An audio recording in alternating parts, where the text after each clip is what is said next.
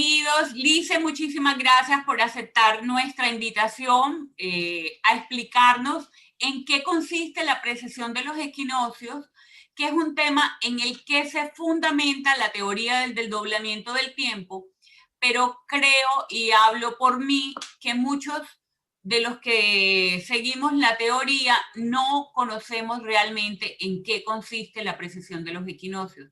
No hemos profundizado en el tema y por eso mi invitación a que nos ilustres. Y creo que he escogido al mejor porque después de nuestra larga conversación siento una gran admiración y mucho respeto por ti, por tus conocimientos y por la manera como los transmites. Bienvenido, Lice. Cuéntanos de qué se trata esta precesión de los equinoccios. La precesión de los equinoccios es un fenómeno que cuando la astrología, sobre todo la astrología egipcia, comenzó, cuando descubrieron el zodiaco, los 12 meses, no se consideraba, no se había valorado, no existía la precesión de los equinoccios desde el punto de vista intelectual. Poco después se dieron cuenta que ese movimiento se da cada 72 años, hay un grado. Imagínate que la Tierra es este lapicero, hace cada 25.700 años una especie de cono en torno a la eclíptica, que es por donde van los planetas alrededor del Sol. Eso no se descubrió hasta después de Ptolomeo. Entonces, cuando se descubrió, se dieron cuenta que cada 72 años avanza un grado el zodiaco. Otro 72, otro 72, otro. Como cada signo tiene 30 grados, por 72 se considera que cada 2160 años entra una era. Pero ese concepto fue posterior a la astrología egipcia. Entonces, cada 2160 años, los arquetipos culturales cambian en la humanidad. Entonces, hemos dejado ahora la era de Piscis y empezamos la era de Acuario. La era de Piscis es la era de los conventos, del amor. El arquetipo de Piscis es Jesucristo. Acuario es el arquetipo de la revolución, de la ingeniería, de los inventos, de lo alternativo, del mundo hippie, todo eso.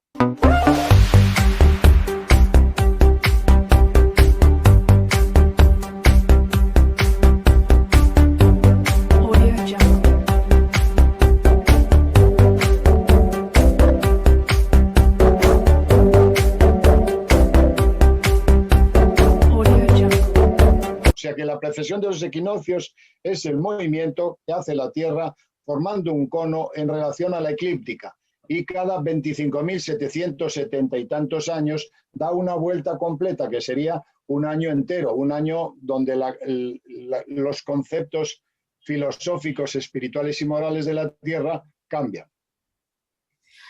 ¿Qué determina el paso de por cada zona de la Tierra?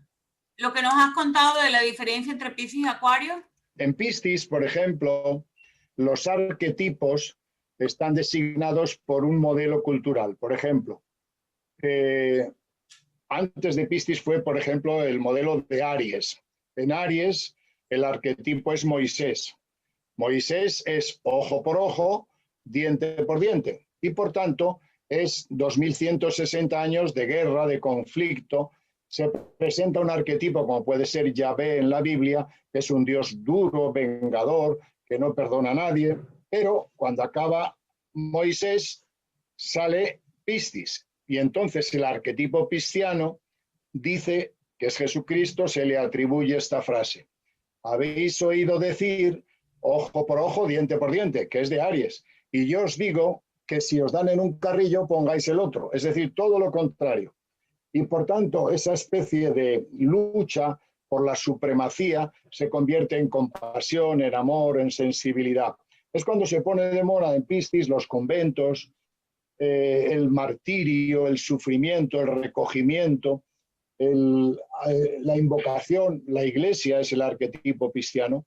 Por excelencia se crea una deidad y alrededor de la deidad una casta sacerdotal. En todos los países, por ejemplo en la India, pues con el concepto de Buda, en otros sitios con la contemplación, la introversión, la meditación. En Acuario, que entramos ahora, no se sabe exactamente cuándo. Yo intuyo que hemos entrado hace ya unos 12 o 13 años. Lo que se pone de moda o de manifiesto es la revolución por la inteligencia. Aquí ya no hay tanto arquetipos, o sea, aquí no es seguir a Moisés o a Jesucristo, no, aquí es seguir al grupo, es considerar los paradigmas y las nuevas teorías en grupo, con la ciencia, con la inteligencia, con el razonamiento. De tal manera que cuando hayamos adentrado la era plenamente, que será dentro de 1000 años más o menos, se considerará a las figuras que ahora consideramos sagradas como elementos históricos, culturales, pero se les privará del concepto de la deidad, porque el ser humano entenderá que Dios está en las plantas, en el hombre, en la naturaleza.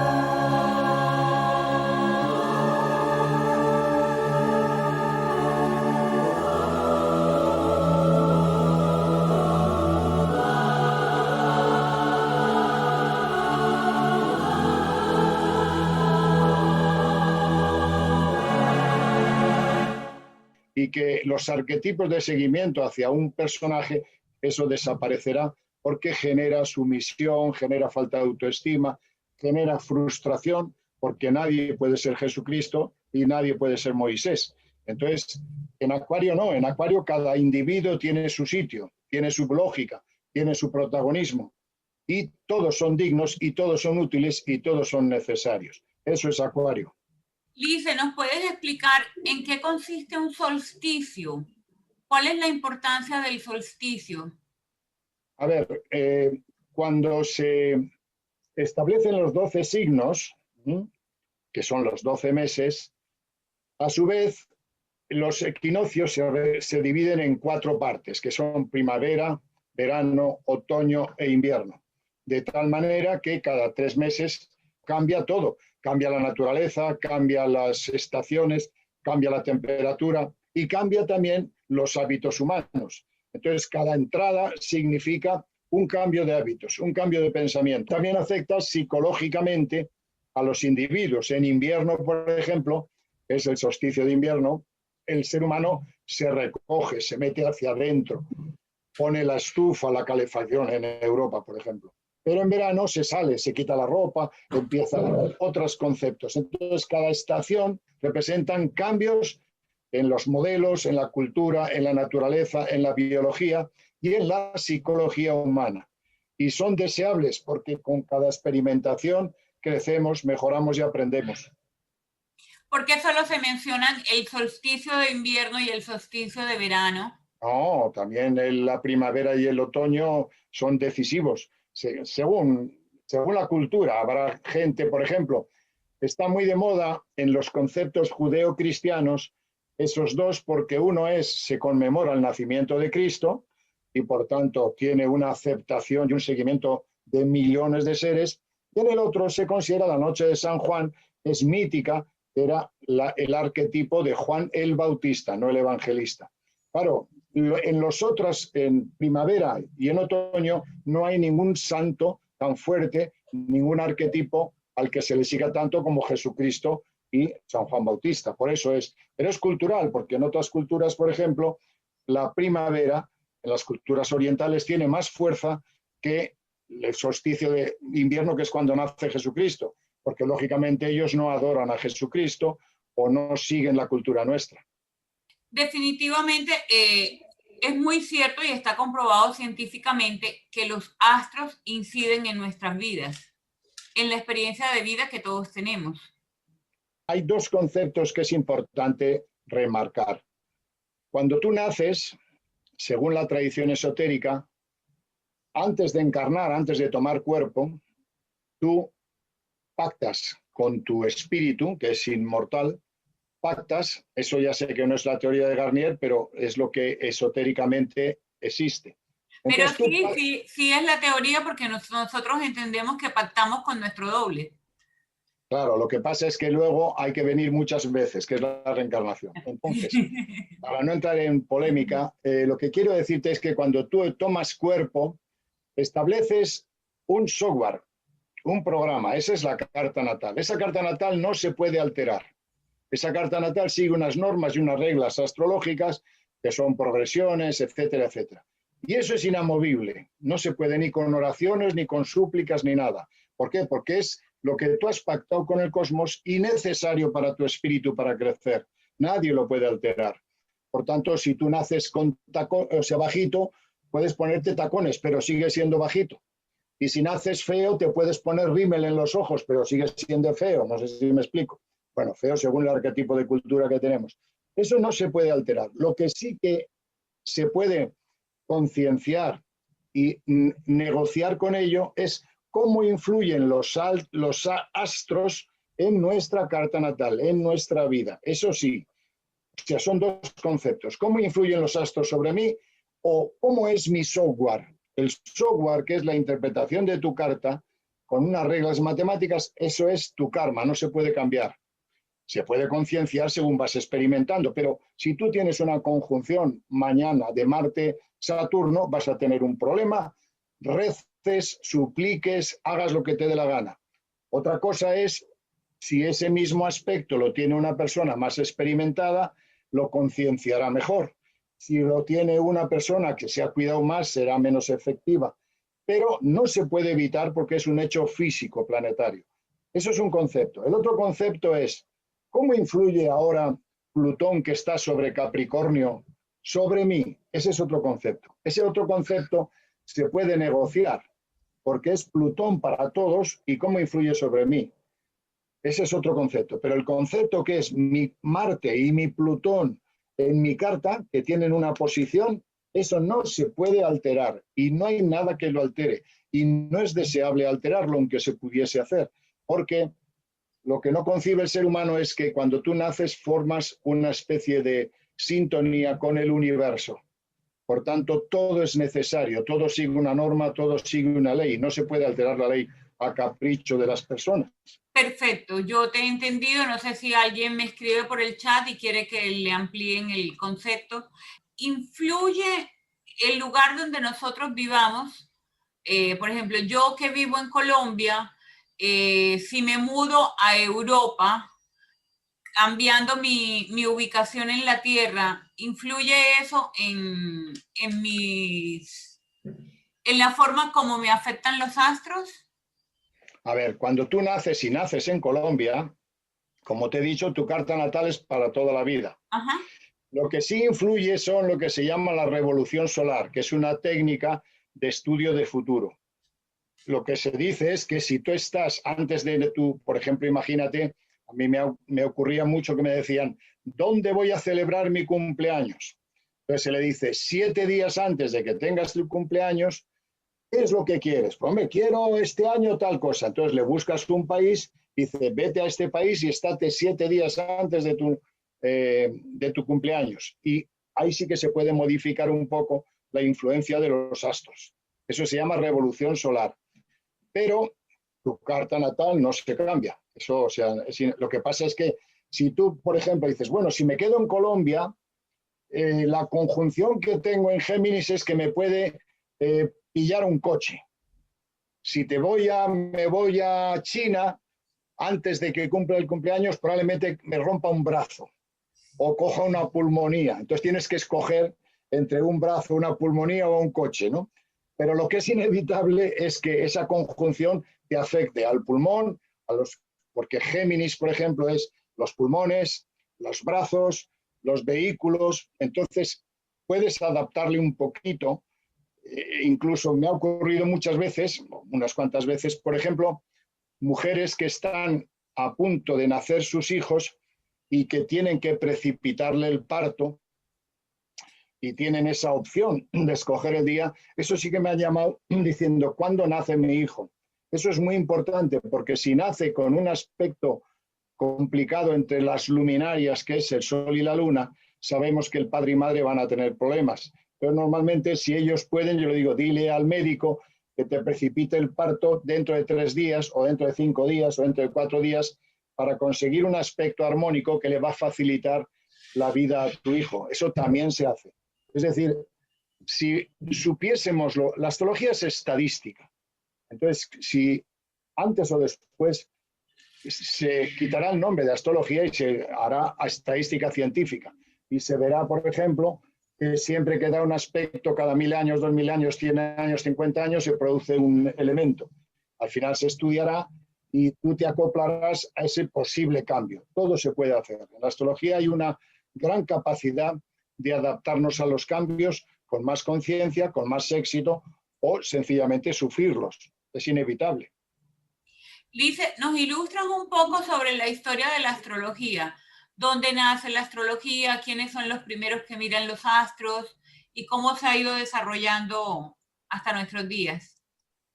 Seguramente la primera noción astrológica está en Sumeria. En Sumeria, los sumerios, los Anunnaki, que están de moda ahora, entregaron a los seres humanos unos sellos donde se ve, y hay un sello que se ve el Sol con 11 planetas. No 9 como tendríamos hasta hace poco, 11. Y ahí empiezan los primeros elementos de astrología. Luego se intelectualiza más en Egipto. Y luego ya de Egipto pasa a Grecia, de Grecia pasa a Roma, y Roma ya empieza el mundo latino. En la Edad Media, la astrología es perseguida de una manera terrible, a los astrólogos los meten en las hogueras. ¿Por qué? Pues porque es un conflicto terrible, o sea, es decir, una religión dice, si usted reza a su Dios y reza con fe, le va a cambiar tal cosa, o su hijo no se va a morir, por ejemplo. Pero en la astrología es, oiga, el día tanto si usted tiene un problema, le guste o no le guste. Y ese problema no se puede quitar. Lo que sí se puede hacer es cómo me presento yo y cómo conciencio el problema, cómo lo enfrento. Pero el problema existe. Entonces, claro, imagínate un Dios que te perdona, que te salva y te quita el problema, y un astrólogo te dice que el problema no se va. Pues se crea un conflicto enorme, se rompe el negocio de la religión y automáticamente al astrólogo se le lleva a la hoguera. Y así fue. Cuando llega el momento más duro, más difícil de la Edad Media, que fue con Galileo, por ejemplo, pero sobre todo con Giordano Bruno. Giordano Bruno es, digamos, el padre espiritual de todos los esoteristas del mundo, porque fue quemado en la hoguera por decir nada más y nada menos que la Virgen no era virgen, que los planetas en el universo están habitados, cosas que ahora pues un niño las acepta y sin ningún problema, pero ahí le quemaron en la hoguera. Fue terrible, aquello fue un antes y un después. Entonces, el astrólogo se rige por las matemáticas y la ciencia. La superstición y la fe, pues es otro mundo, que no digo que sea malo, no sé si me explico, pero en la astrología no se contempla la fe. Muchas gracias. Y nos hablas de Ptolomeo, por favor. Ptolomeo era digamos, el que puso en marcha la teoría de la astrología. Los primeros tratados son de él y por tanto nos enseña con las limitaciones de aquel tiempo cómo se mueven los planetas, cómo influyen los planetas, cómo son los regentes. Antiguamente se entendía que y esto es un concepto muy esotérico, que cada signo está regido por un rey, por un regente, por una entidad o por varias entidades. De tal manera que ya en la Edad Media se hace muy clarito, dice, bueno, vamos a ver, lo que vamos a hacer es crear en el zodiaco unas entidades. Entonces los cabalistas saben de qué hablo, porque ellos tienen 72 arcanos, 72 genios, 72 arcángeles, 72 personajes, 72 puertas dimensionales que están divididas en todo el zodiaco. Ahí es en la Edad Media cuando se empieza a desgranar matemáticamente y sobre todo con los catalejos, con los inventos que se en Galileo, empiezan a darse cuenta de que esos planetas actúan fuertemente sobre las mareas, sobre la guerra, por ejemplo. En la Edad Media, el rey siempre tenía un astrólogo y le decía, ¿cuándo va a atacar el enemigo? Y entonces el astrólogo decía, pues cuando Marte entre en nuestro ascendente o en el medio cielo, el enemigo, Marte es la guerra, nos va a atacar. Claro, el astrólogo del enemigo contrario lo sabía también. ¿Y qué ocurría? Que atacaban justo en el momento previsto. ¿Qué hacía el astrólogo de este país? Vamos a hacer grandes trincheras, las murallas las subimos porque Marte nos va a dar el palo y a ellos les favorece y a nosotros no. Y entonces los otros se ponían de armas hasta arriba y estos se levantaban las murallas para que el ataque fuese menor. Entonces, en aquel tiempo la astrología tenía una gran importancia, pero la Iglesia comenzó a desprestigiarla, a quemar en la hoguera, a perseguir a los científicos. Por ejemplo, Galileo pues, tuvo que retractarse y sobre todo la Inquisición fue la forma de la negación de la inteligencia. Fue, digamos, los crímenes más cualitativamente más aberrantes que se hicieron en nombre de Dios. Afortunadamente, la astrología siguió, pero en el año 1500, más o menos, Kepler y Tycho Brahe pasan ya a, digamos, crear un poco el concepto astronómico. Y el astrológico se queda relegado y se asocia a brujos, a videntes, a quirománticos, a tarotistas. Cada uno tiene su trabajo, pero la astrología no es una mancia, es una ciencia aplicado sobre el concepto psicológico. Y luego está la astronomía. Entonces, la astronomía no puede ver a la astrología. No hay una conciliación posible entre ambos y dedicándose a al estudio de las estrellas. Sí, es imposible. Además, hay una cosa que es, digamos, el creerse superiores. A ver, normalmente el astrónomo no hace cartas natales. Sencillamente desprestigia, pero claro, yo he tenido muchos debates en televisión, digo, oye, ¿has hecho alguna carta? Y dice, no, es que no me hace falta, eso es ya, te hago una carta por lo menos. Y si tienes un nivel de un 85% de acierto, hombre, por lo menos deja abierto la posibilidad de que pueda existir. Por tanto, hay mucho preconcepto que hace que no haya un diálogo para entendernos bien, pero la astrología es eficacísima. Bueno, la pandemia que tenemos ahora la describió André Barbeau en el 2011. Dijo, va a venir una pandemia como vino en la Edad Media las pestes que hubo, porque esta conjunción produce pestes, produce virus y tal. Y en el 2011 se publicó y nosotros lo dijimos 2 años antes de que viniese la pandemia. Dijimos, señores, va a haber un problema, va a haber también problemas económicos y ahora va a haber, que estamos en Acuario, una especie de pequeña revolución de gente alternativa que dice, oiga, que esto no va bien, que nos están manipulando, que nos están sometiendo, que esto no es una democracia, es una dictadura con visos de democracia, y los grupos de Acuario se rebelan y quieren luchar y quieren pelear, hombre, nunca con armas, ¿no? O sea que siempre los arquetipos, y en este punto de inflexión entre Piscis y Acuario, están en una tremenda pugna y en un tremendo conflicto, porque empieza un nuevo ciclo, claro. Dice, abusando de ti, quisiera pedirte, porque sé que todos queremos, que nos des como unas características de cada signo que nos sirvan a todos, comenzando por Piscis, que es el mío. Piscis es el último signo del zodiaco. Piscis es la sensibilidad. Para describir los signos lo mejor es buscar un personaje y viendo las virtudes y defectos. Entonces, Piscis es la monja, es el sensible, es el poeta más elevado, es el que invoca a Dios, pero también es el neurótico, es decir, tiene unos altibajos emocionales que no se entienden ellos mismos. Hay una definición que es la sensibilidad, la introversión, la evidencia son los Piscis, el amor al oculto, la compasión hacia los seres humanos es el signo de la compasión. Y luego, en el aspecto negativo, que todos tienen positivo y negativo, el Piscis es el neurótico del zodiaco. Hoy viene y quiere meterse puta y mañana monja. Dices, oye, ¿pero qué es lo que quieres? No lo sé, todavía no lo sé. Ese es Piscis.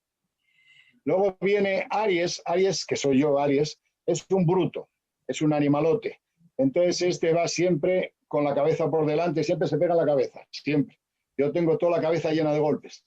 Y es valiente, orgulloso, peleón, combativo, no hace caso a nadie, va de cabeza, pero es muy valiente, muy honrado, muy honesto, pero bruto como un arao. El arquetipo es Moisés, era Aries. Tauro es seguro, estable. El dinero para él es su religión. No el dinero como tal, sino porque el Tauro no acepta vivir sin comida, sin despensa, sin dinero. Es una forma. Entonces, cuando yo siempre digo, cásate con un Tauro y comerás todos los días. Entonces, el Tauro es seguro, estable, conservador, tiene mucho dinero, trabaja por el dinero, más que el dinero, la seguridad. Luego viene el Géminis. El Géminis es un signo que se llama común, que es la inteligencia, la rapidez. El Géminis puede estar hablando y en 3 idiomas a la vez y puede estar arriba y abajo. Es muy rápido, es muy inteligente, muy hablador, muy comunicador. Y también como el Piscis, como es un signo común, pues no sabe si meterse ingeniero o mañana meterse barrendero. Está en un dilema. Es un poco alternativo en los conceptos, pero es muy inteligente, muy rápido y muy joven. Es el signo de los jóvenes. Cáncer es la ama de casa. Cáncer es el amo de casa, es decir, mi familia, mi casa, mi hogar, mi pipa, mi tumbona, para ellos es el amor hacia los suyos, lo entrañable, la sensibilidad, también el amor hacia el planeta. Es un signo duro. Si les tocas al hijo, te mata. El cáncer es así. Y para ellos su casa y su hogar es lo primero. Leo son los reyes. Yo tengo razón. A mí nadie me entiende. Yo soy la víctima. O es el que manda o es la víctima, pero siempre está de protagonista. Es el rey, es muy noble, muy generoso. Si le dices, si me adoras, te doy 20 abrazos, pero me tienes que adorar, que yo soy Leo. Bueno, pues vale, adorarle. Pero te da 20 abrazos, es decir, es noble, es generoso, es luchador, es peleón, pero con un orgullo que se le sale del pecho. Virgo es el sirviente. Virgo es, diga usted, Juana, lo que usted me mande, ¿qué quiere que haga? ¿Que limpie más, frego más, limpio más? ¿Qué tengo que hacer? Virgo es el sirviente, es el médico, es el servidor, es humilde, es muy crítico, le da todo vueltas, pero es un signo de servicio, de eficacia. También son buenos farmacéuticos, buenos médicos y buenos servidores. Libra es el signo de la armonía. Siempre si es una mujer Libra tendrá 17 anillos, 40 collares y 25 cosas colgando. Porque para ellos, y el nombre igual, la belleza y la armonía es su religión. La música, les encanta la música, les encanta ir bien arreglados, tienen un alto sentido de la justicia y es un signo de familiaridad, de conectarse con los demás amigos, con las demás gente, o sea, vincularse. Escorpio es el signo del depresivo. El Escorpio está en la cueva siempre. Donde mejor se encuentra es en su mundo interior. Entonces el Escorpio tiene un lema, piensa mal y acertarás. Y entonces le dices, oye, que no te está mirando mal ese, no, que me está mirando mal. Que no, hombre, es que es tuerto. No, pues me mira mal. ¡Hala! Es decir, tiene siempre una especie de buscar el lado oculto y profundo de las cosas. Es muy investigador, son investigadores excelentes, pero son muy depresivos. Luego después viene el Sagitario. Sagitario es la aventura, los viajes, la filosofía. El Sagitario se le describe muy bien cuando dice, mira, Sagitario, que se ha roto la bombilla de tu cuarto. Y te dice, ah, es que había bombilla, ¿o qué? No me acordaba. Es decir, está en su mundo. El Capricornio es el político. Capricornio es el político, es el que manda. Y es el que tiene autoridad y es el que hay que darle reverencia. Un parecido al Leo, pero el Capricornio en lo seguro, en el dinero, en el poder, en la economía. Es frío, es calculador, pero es muy honesto. El Capricornio sensato es muy honesto y muy eficaz. Y luego viene el Acuario, que es el hippie.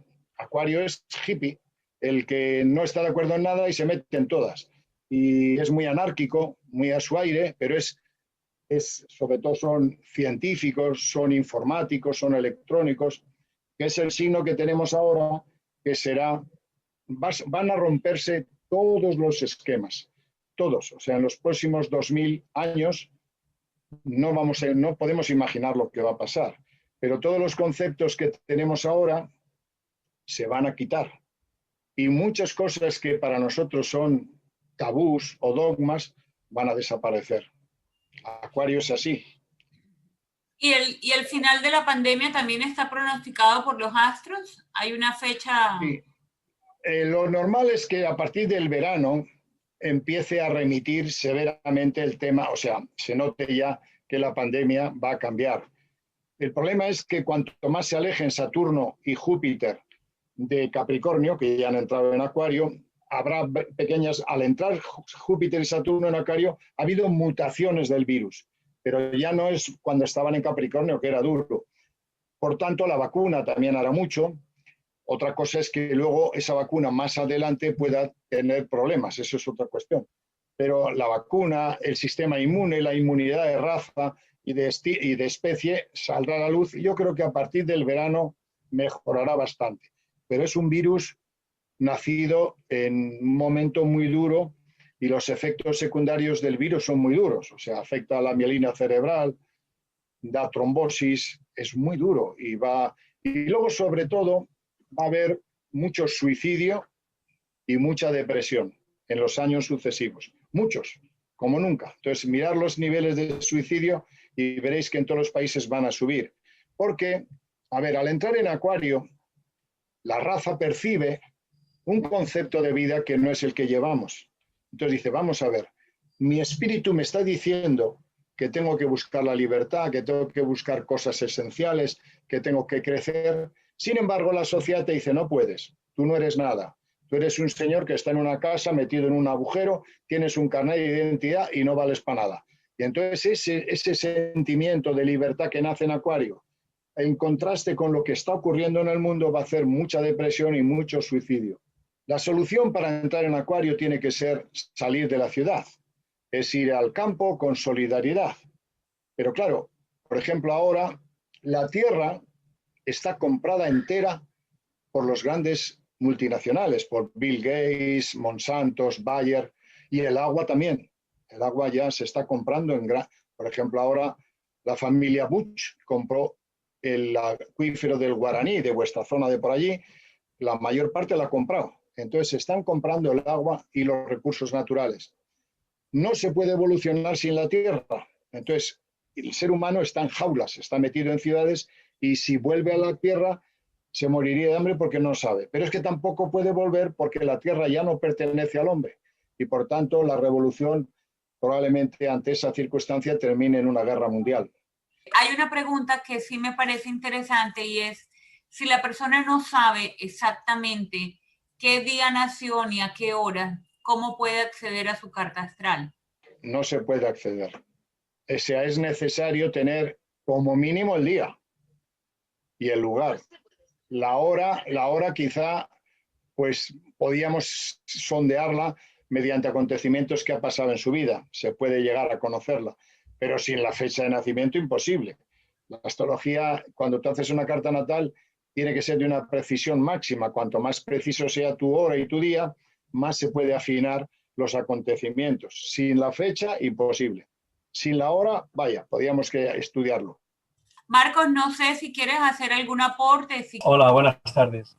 Yo quizás el hecho de que, hacer solo un poquito de historia, en el hecho de que conociste a Alice a través de aquel vídeo que él publicó sobre la era de Acuario, lo que representaba entrar en la era de Acuario, y la verdad es que me gustaría invitar a Alice que comentase algunos aspectos que él había anunciado en aquel vídeo, aunque ya los ha mencionado un poco. Entonces, si podía profundizar un poco más a nivel de la era de Acuario y luego preguntarle también hasta qué punto podemos hacer que la astrología no sea tan determinista. Es decir, ¿qué punto encuentra él en que está nuestra libertad personal de vivir los acontecimientos que nos van a pasar? ¿Cómo la astrología nos puede preparar sin fijarnos? ¿Qué va a ocurrir en Acuario? Pues en Acuario va a ocurrir una revolución de las formas de pensamiento. Por ejemplo, los grupos que están saliendo ahora contestando la vacuna y todas esas cosas es Acuario. Los que fueron al Capitolio en Estados Unidos es Acuario. Las revoluciones que va a haber en Rusia ahora por las elecciones es Acuario. Todo lo que es contestatario, todo aquello que quiere oponerse al sistema es Acuario y cada día saldrán más. Y además, lo bueno no será gente de fe, sino será gente intelectual. Acuario es la inteligencia. Entonces, saldrán grupos que utilizarán la ciencia. Oiga, lo que usted me dice es mentira porque aquí lo dice la ciencia. Habrán grupos de médicos, de astrónomos, de investigadores diciendo, no, oiga, que aquí no es fe, que usted no me puede contar esta mentira porque no es cierto. Entonces va a haber una revolución, sobre todo basado en la ciencia, en la inteligencia, en el grupo. Ya no es tan importante el científico, sino el científico dentro de un contexto, dentro de un grupo, apoyándose su teoría por otras teorías, por otras investigaciones. Va a tener de moda no tanto Superman, ni Jesucristo, ni el maestro de tal. No, eso desaparece. Lo importante es que un grupo de científicos de China, con otro de Japón y con otro de Colombia, han descubierto el gen que produce tal cosa. Eso es Acuario. No es este maestro que ha venido ascendido con los pelos de punta y esas cosas. Eso desaparece. Va a aparecer un grupo en China, en Japón y tal, dice, oiga, que hemos investigado y hemos llegado a esta conclusión. Eso es lo que se va a descubrir en Acuario, el valor del grupo. Lo que me dices de en qué medida podemos ser determinista, la pregunta tiene que hacerse en un contexto más que yo te responda en qué contexto. Es decir, ¿cómo se concibe al ser humano? Desde el punto de vista judeo-cristiano, tú tienes libertad y tienes un ego, un ser, una identidad. Y por tanto, desde el concepto judeo-cristiano y del concepto que tenemos cristiano, mediante el esfuerzo, mediante la oración, mediante la observación, ahora está de moda mediante el cambio del pensamiento, tú vas a conseguir llegar a tal sitio o conseguir tal cosa. Afortunadamente, el determinismo es la forma de entender el universo. Porque si tú quieres ejercer la libertad, bien, y si la quiere ejercer Júpiter, imagínate que Júpiter dice, me salgo de la órbita en nombre de la libertad, pues desaparece el sistema solar, ¿qué te parece? Pues entonces, si yo digo, me salgo del sistema, pues desaparece el sistema. Es decir, no nos damos cuenta, que nos han engañado. Llevamos 2160 años de engaño absoluto, de engaño total. Entonces ahora hay tres modelos que son decisivos. Uno, invoco. Padre, Señor, Gurú, Maestro, dame, consigue, cura a mi hijo, hazme tal cosa, hazme aprobar el examen. Eso no funciona. Dos, ahora está de moda. Si tú cambias tu patrón mental y cambias tu emoción, lo consigues. Tampoco funciona. Tres, es el Acuario. Tú y yo, tú solo no puedes, pero entre los dos podemos más. Entre 100 podemos mucho más. Entre toda la humanidad podemos encontrar a Dios en la respuesta del colectivo. Eso es lo que nos falta. No sabemos lo que es la solidaridad y el trabajo en conjunto. Y cuando tú seas solidario conmigo ya no tienes ego, ya somos hermanos, ya tú lo que sientes, tú lo siento yo, lo que a ti te pasa, me pasa a mí, pero como ahora no estamos unidos, tú te permites hablar de tu ego. Pero si estuviéramos unidos te darías cuenta de que tu ego llega hasta donde está el mío y el mío hasta donde está la chica de Colombia. No sé si me explico. Por eso el determinismo es una forma de escaparse, es un invento de la casta sacerdotal. Porque dicen, no, usted no está determinada. Usted reza y si reza con fe, viene San Apapucio y se lo concede. Eso es mentira. De tal forma es así que en la Edad Media, por ejemplo, cuando había la peste, hicieron un trabajo psicológico extraordinario. Salían con la cruz y decían, Maestro, Padre, Dios, cúranos la pandemia, cúranos la peste. Y cuanto más salían, más peste había. Digo, joder. Entonces al final dijeron, bueno, pues esto hay que arreglarlo. Nos ha llegado una pandemia y una peste por el pecado de usted, de usted y de usted y de usted. Y empezaron no solo no a curar la peste, sino a culpabilizar a la gente. Hasta que en un momento determinado se dieron cuenta que Dios no pintaba nada, que la súplica no pintaba nada y que eran las pulgas que tenían las ratas. Y entonces vinieron unos cuantos, por ejemplo Nostradamus, y les dijo, oiga, si limpian su casa, si limpian y se bañan de una vez y se duchan de una vez, porque en la Edad Media no se duchaba ni su padre, entonces probablemente no haya pandemia o no haya peste. Y encima descubrieron que con la higiene, que con la limpieza, se acabó la peste. Pero hasta que eso ocurrió, culparon a Dios, culparon a los hombres, aquello fue la leche. Entonces, ese concepto de reza que tú te salvas, o ese concepto, tú puedes llegar a ser Superman, es todo dentro de un contexto falso. ¿Cuál es la importancia de la precesión de los equinoccios en la teoría y cuál es el punto que tenemos en concordancia con la astrología? Albert, tú que lo conoces muy bien, por favor, ilústralos. El tema de la precesión de los equinoccios, desde la TDT es un periodo de tiempo que en nuestro tiempo es de 25.000 años aproximadamente, un poco más. Y según la teoría ya estamos llegando al final de ese periodo de tiempo. De acuerdo a lo que ha descubierto Garnier a través del desarrollo de la TDT, o la teoría del desdoblamiento del tiempo, al final del tiempo, de estos 25.000 años, es como si se abriesen las puertas de todas las informaciones. Si de pronto han tenido contacto con, o han estudiado, o han leído la teoría, saben que Garnier habla de algo que él le da el nombre del futuro, que es un tiempo acelerado que está viviendo sus experiencias y que nos informa instantáneamente, nos está informando todo el tiempo sobre lo que ellos quieren informarnos. Entonces, durante este final del tiempo, cuando él dice que se están abiertas todas las puertas, todas las esclusas, quiere decir que todas las informaciones que están disponibles en ese futuro están abiertas para nosotros. Entonces, por eso las estamos actualizando, por eso estamos recibiendo tanta información, por eso tenemos tanto conocimiento en internet, de disperso en la televisión, en fin, porque se están recibiendo muchas informaciones. Entonces, ese periodo de tiempo, ya entrando un poquito más en detalle, determina al final del tiempo determina si podemos hacer nuestro reencuentro con nuestro doble, que no está en el futuro, sino en un tiempo pasado, un tiempo más lento, de acuerdo a la capacidad que hayamos tenido, por decirlo de alguna manera, de poder limpiar los potenciales que habíamos generado incluso antes de venir a encarnar acá en la Tierra, y más los que hemos venido generando después de la encarnación y los encargos que tenemos. Entonces, eso es básicamente la importancia que tiene el ciclo de precesión de los equinoccios en la teoría del desdoblamiento del tiempo. Marca un tiempo clave y también un tiempo límite para resolver, digamos, lo que vinimos a resolver acá en nuestra encarnación. Si estuvieron atentos, escucharon que Licerio nos mencionó el número de miles de años que coincide con la teoría, los 25.000, y también nos habló de los 2070 años que dura cada cambio de casa zodiacal. ¿Es así, cierto, Lice?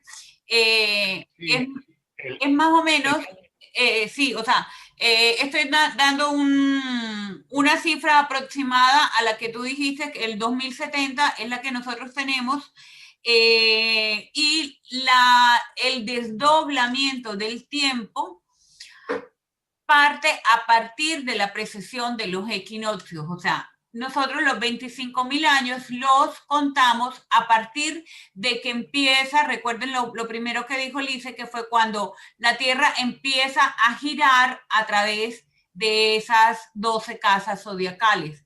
Y en cada casa demora 2.000 algo años, y cuando termina todo su recorrido nos da la suma de los 25.920 años que tenemos nosotros determinadas. Esa es la relación directa entre la astrología y la teoría del desdoblamiento del tiempo.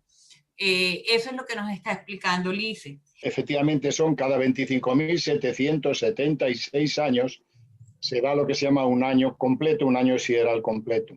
Que para nosotros es un ciclo del desdoblamiento. Exacto. Cada 2160 se va, no es exacto, unas veces hay más menos, pero por medio 2160 se da una era. Entonces ahora estamos entrando en Acuario. Una cosa muy importante, y para eso hay que echar mano del calendario maya. Los mayas consiguieron algo que es milagroso, extraordinario. Es imposible que los mayas desarrollaran un calendario como el que tienen hace 5.000 años. Eso es imposible. O sea, es más perfecto que el que tenemos nosotros, el calendario alejandrino. Y ellos hablan claramente del final de un ciclo, que lo que vosotros decís del desdoblamiento del tiempo, lo dicen los mayas con otro nombre. Entonces, en el 2012 se produjo, 2011 y 2012, se produjo un cambio extraordinario en la humanidad. Ese cambio, que empezó en el 2011, se llama también la espada de Dios. Los planetas se ponen en una forma que se llama la espada de Dios. Y en esa espada de Dios, que se da cada 13.000 años, que es la mitad del año, la mitad del ciclo anual de 25.000, cada 13.000 años vienen los avatares, vienen los dioses. Entonces, en Maya vinieron Quetzalcóatl y sus 8 dioses, que son el Consejo de los 9. Cuando ellos vinieron, se dieron cambios extraordinarios en la Tierra, pero mayores en el Sol. En el Sol se dieron unos cambios de tal naturaleza que fue el milagro más importante de la historia de la humanidad. No ha superado ningún milagro eso. En el 2012 se esperaba una tormenta electromagnética que iba a destrozar a la humanidad, la iba a destrozar entera. Afortunadamente, podéis ver en los teletipos, la tormenta se desvió o la desviaron. Entonces, lo que se ha descubierto, y eso es terrible, es que unas entidades o unos objetos desviaron las tormentas solares del 2012, aparecieron unas bolas en el Sol, justo cuando llegaban los dioses. Entonces, estamos vivos, podemos hablar, porque esos dioses que prometieron venir del calendario maya actuaron para que la tormenta solar que se producía no nos afectara y no nos destruyera como raza. En ese momento, en el 2012, llegaron los arquetipos y llegó Quetzalcóatl. Quetzalcóatl, para que nos hagamos una idea, es la entidad que compenetró a Jesucristo. Quetzalcóatl utilizó a Jesucristo y también utilizó a Buda. Ese Quetzalcóatl en la cultura egipcia se llamaba Ra y en la cultura india se llamaba Rama. Esos arquetipos vinieron en el 2012 y nos dijeron, les salvamos la vida y les damos el paso a una nueva era. Por tanto, el 2012 fue decisivo, extraordinario, y más decisivo fue que lo supiesen los mayas 5.000 años antes y que dijeran que en el 2012 comenzaba un ciclo de despertar, un ciclo que ya no será ciego ni será sordo. Lo que pasa es que estamos ahora en el principio del cambio. Todo eso está descrito por los mayas, no hace falta complicarse, con una precisión, con una maestría que no hay forma humana de entenderlo, porque en la espada de Dios lo que se dice, fijaros, un secreto que os voy a contar. En mi última novela yo cuento, que se llama El secreto del pergamino sagrado, que lo podéis sacar de mi página. Hay una cosa que hablamos el otro día. ¿Por qué creéis que dimitió Ratzinger? Lice, vamos a suprimir esto y que los que quieran saberlo leanla, para no meterme en líos con los que son más... No, yo me refería al tiempo, me refería no tanto porque dimitió él, sino porque él supo, es un comentario, no hablo de religión, él supo el cambio que estaba escrito con los mayas. Ese es lo importante, por eso él dio paso a un nuevo tiempo. Y ese nuevo tiempo está en las estrellas, de tal manera determinado que en el 2011, el 2012 y en este 2020 se ha cumplido ese ciclo del despertar de la humanidad. Como los he dejado intrigados, les recomiendo leer el libro. Yo les voy a pasar todos los datos para que profundicen, y de verdad que es muy interesante. Bueno, ahora sí vamos con lo que nos pide Asun. Quiere que nos hable de las casas. Hay 3 conceptos en astrología que están unidos, que es planetas, signos y casas. El planeta es el rey.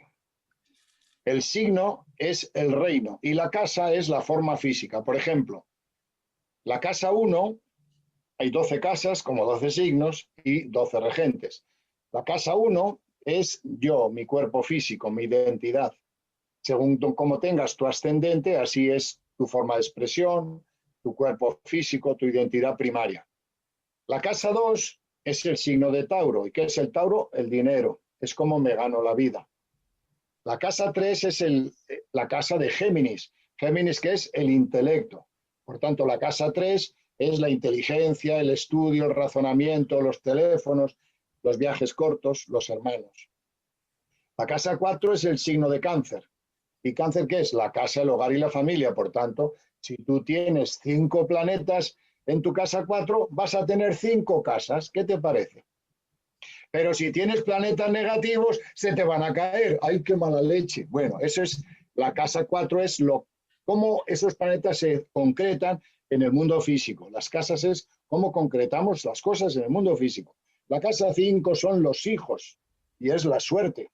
Son el que tiene, por ejemplo, los artistas tienen muchos planetas en la casa 5. Los artistas de Hollywood tienen muchos planetas en la casa 5, pero también en la casa de la golfería. La casa 6 es el sector de las obligaciones laborales y la casa de la medicina, de las obligaciones laborales, del servicio. La casa 7 es la pareja. Entonces dice, bueno, yo tengo Urano en 7, pues te vas a casar 7 veces, ¿ala? Es decir, con esto es muy importante, fijaros que cuando tú tienes muchos planetas o varios planetas en un sector, cualquier astrólogo sabe que va a haber una incidencia en tu pareja. Entonces, la sociedad normal le juzga rápidamente. Este es un mal marido o una mala mujer. Un astrólogo lo primero que mira es saber si tiene más de un planeta en casa 7. Si tiene 3 planetas, son 3 amantes o 3 parejas.